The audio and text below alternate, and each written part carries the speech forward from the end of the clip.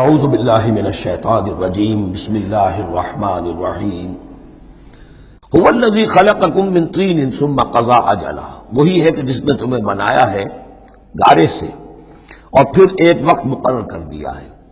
یعنی یہ کہ ہم ہر شخص جو ہے جس کو اللہ نے دنیا میں بھیجا ہے اس کا اس دنیا میں رہنے کا وقت معین ہے، اور ایک خاص اجل جو ہے اس کی اجلاً وہ یہ ہے کہ موت کا وقت معین ہے.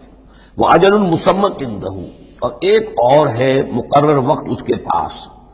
یعنی ایک تو ہے انفرادی موت، جیسے کہ حضور نے فرمایا من مات فقط قامت قیامتہ، ایک اجتماعی موت ہونی ہے اس دنیا کی، وہ اللہ نے خاص چھپا کر اپنے پاس رکھی ہے جس کا علم کسی اور کو نہیں دیا.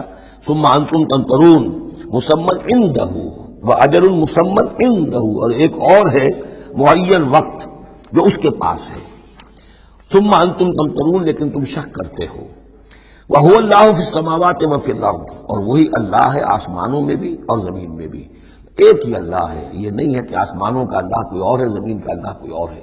ہاں فرشتے ہیں، فرشتوں کے طبقات ہیں، زمین کے فرشتے ہیں، فضا کے فرشتے ہیں، آسمانوں کے فرشتے ہیں، ہر آسمان کے فرشتے ہیں، پھر یہ کہ ملائکہ مقربین ہیں، لیکن ذات باری تعالیٰ تو ایک ہی ہے. یعلم سرکم و جہرکم، وہ جانتا ہے تمہارا چھپا بھی اور تمہارا کھلا بھی، ظاہر بھی. وَيَعْلَمُ مَا تَكْسِبُونَ، اور وہ جانتا ہے جو کچھ کہ تم کماتے ہو. کمانے سے مراد یہی نیکی یا بدی.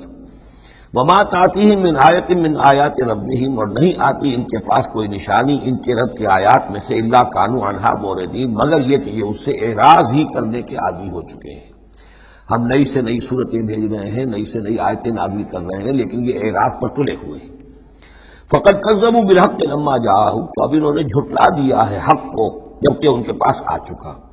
اب یہ قد کذبوا جو ہے اس کا اندازہ کیجیے آپ، کہ چونکہ یہ مکی دور کے آخری زمانے کی صورتیں ہیں تو گویا کہ 12 برس تقریباً ہو چکے حضور کو دعوت دیتے ہوئے. اس حوالے سے ابھی تک جو لوگ اڑے ہوئے ہیں وہ گویا کہ پوری طرح ضد پر ہٹ پر جو ہے وہ پوری طریقے سے جم چکے ہیں. فقد کذبوا، بے شک جھٹلا چکے ہیں ان لوگوں نے، جھٹلا دیا ہے بالحق حق کو، لما جاءہم جبکہ ان کے پاس آیا. فسوف یاتیہم انباء ما کانوا بہ یستہزئون، تو اب جلد ہی ان کے پاس آ جائے گی حقیقت اور خبر ان چیزوں کی جس کا یہ مذاق اڑایا کرتے تھے. یعنی یہ مذاق اڑاتے تھے کہ عذاب عذاب عذاب دھمکی دیتے ہوئے محمد کو 11 سال ہو گئے، 12 سال ہو گئے، کان پک گئے ہمارے، عذاب آئے گا عذاب آئے گا عذاب آئے گا. کوئی عذاب آیا نہیں، خالی دھونس جماتے ہیں. تو اس کا جو استہزاء کرتے تھے، اب عنقریب وہ دور شروع ہو رہا ہے کہ پھر جن چیزوں کا یہ مذاق اڑایا کرتے تھے اس کی حقیقت ان پر کھلنی شروع ہو جائے گی.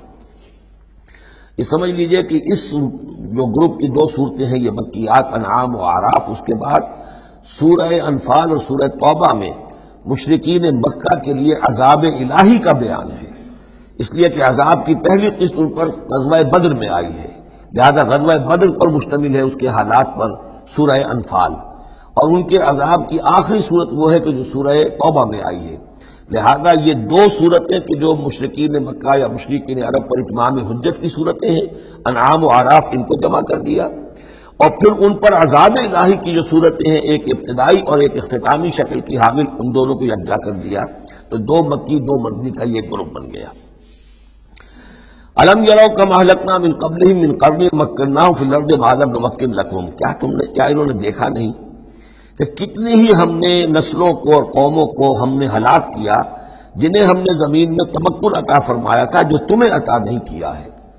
قوم عاد کتنی زبردست قوم تھی، اسی جزیرہ نماء عرب میں آباد تھی، تمہیں اس کے حالات کچھ معلوم ہیں، قصے تمہیں معلوم ہیں. قوم سمود کتنی بڑی قوم تھی، جتنا دبدبہ اس کا تھا، جس طرح کہ اس نے اپنے پہاڑ تراش کر اور چٹانیں تراش کر محل بنائے تھے. ذرا تصور کرو اے قریش مکہ، تمہیں تو وہ چیزیں نصیب بھی نہیں ہوئی ہیں. تو جب ہم نے انہیں ہلاک کر دیا، وَأَرْسَلْنَا السَّمَاءَ عَلَيْهِم مِّدْرَارًا، اور ہم نے ان پر آسمان بھیجا موسلا دھار، یعنی ان پر خوب بارشیں برسائی ہم نے. اور بارش ظاہر بات ہے ماہ مبارکہ ہوتا ہے، اس سے زمین کی رویدگی نکلتی ہے. وَجَعَلْنَا الْأَنْهَارَ تَجْرِي مِن تَحْتِهِمْ، اور ہم نے دریا بہا دیے، نہریں بہا دی ان کے دامن میں، ان کے نیچے. فَأَهْلَكْنَاهُمْ بِذُنُوبِهِمْ، تو ان کو بھی ہم نے ان کے گناہوں کے پاداش اور اعراض اور کفر کے پاداش میں ہلاک کر دیا.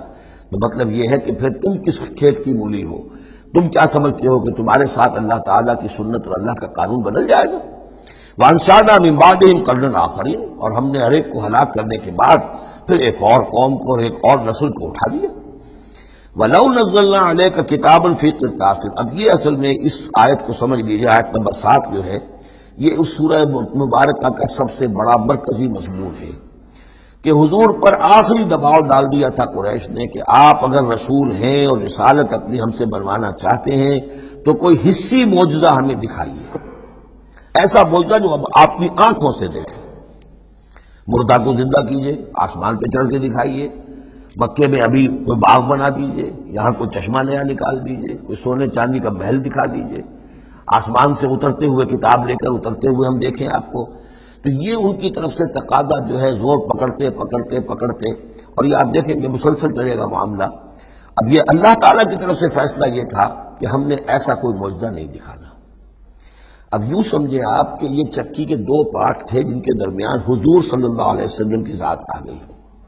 بظاہر لوگوں پر یہ اثر پڑ رہا ہے کہ بھئی ہمارے جو یہ سردار ہیں قریش کے ٹھیک ہی تو کہہ رہے ہیں، عوام الناس کے اوپر یہ اثر پڑ رہا ہے کہ یہ رسالت کے مدعی ہیں، نبوت کے مدعی ہیں. موسیٰ نے کیسے معجزے دکھائے تھے یہ خود بتاتے ہیں، عیسیٰ نے کیسے معجزے دکھائے تھے یہ خود بیان کرتے ہیں. کیا وجہ ہے پھر کیوں نہیں معجزہ دکھاتے؟ تو گویا کہ ان کے لیڈروں نے عوام کی مت مار دی تھی اور عوام جو ہیں وہ کہہ رہے تھے کہ گویا کہ ان کی حجت محمد پر قائم ہو چکی ہے صلی اللہ علیہ وسلم. ادھر اللہ کا فیصلہ یہ ہے کہ ہم نے ایسا معجزہ نہیں دکھانا، جو بھی حق کا طالب ہے قرآن ہم نے نازل کر دیا ہے، یہی معجزہ ہے. تو یہ جو ہے رد و قضا اس میں جو ہو رہی ہے، اور اس میں واقعہ یہ ہے کہ کسی جگہ پر تو جا کر انسان کانپ اٹھتا ہے تصور کر کے کہ حضور صلی اللہ علیہ وسلم کی جو جان تھی، جان مبارک آپ کی کس قدر ضیق میں آ چکی تھی. ادھر اللہ کا فیصلہ اٹل ہے، ہم نے نہیں دکھانا. ادھر وہ کہہ دکھاؤ، اگر تم ہو واقعی، اگر نبی ہو رسول ہو تو معجزہ کیوں نہیں دکھاتے؟ تو اس کے درمیان گویا کہ ان کے لیے، اور یہ اس کا مرکزی مضمون ہے صورت کا. اور کچھ آگے چل کر جب یہ اپنے کلائمیکس کو پہنچے گا تو واقعہ یہ کہ رونگٹے کھڑے ہو جاتے ہیں. فرمایا وَلَوْ نَزَّلْنَا عَلَيْكَ كِتَابًا فِي قِرْطَاسٍ. اگر ہم نے اتار دی ان پر کوئی کتاب جو کہ کاغذوں میں لکھی ہوئی ہے، فَلَمَسُوهُ، اور وہ اسے چھو بھی لیں بِأَيْدِيهِمْ اپنے ہاتھوں سے، لَقَالَ الَّذِينَ كَفَرُوا إِنْ هَذَا إِلَّا سِحْرٌ مُبِينٌ. اس وقت بھی یہ کافر یہی کہیں گے کہ یہ تو کھلا جادو ہے، ہماری آنکھوں پر اثر ہو گیا تھا، ہماری نظر بندی کر دی گئی تھی. جس نے نہیں ماننا اس نے نہیں ماننا ہے. البتہ ہوگا کیا، ہم ایسا معجزہ دکھا دیں گے کہ مہلت ختم ہو جائے گی، پھر فوراً عذاب آئے گا. اس لیے ابھی ہماری رحمت کا تقاضا یہ ہے، ہم انہیں مہلت اور دینا چاہتے ہیں، ابھی اور اس کو دودھ کو بلونا ہے، شاید اس میں سے کچھ اور مکھن بھی نکل آئے. اس لیے ہم معجزہ نہیں دکھا رہے. معجزہ دکھائیں گے مہلت ختم ہو جائے گی، عذاب فوراً آ جائے گا. صدق اللہ العظیم.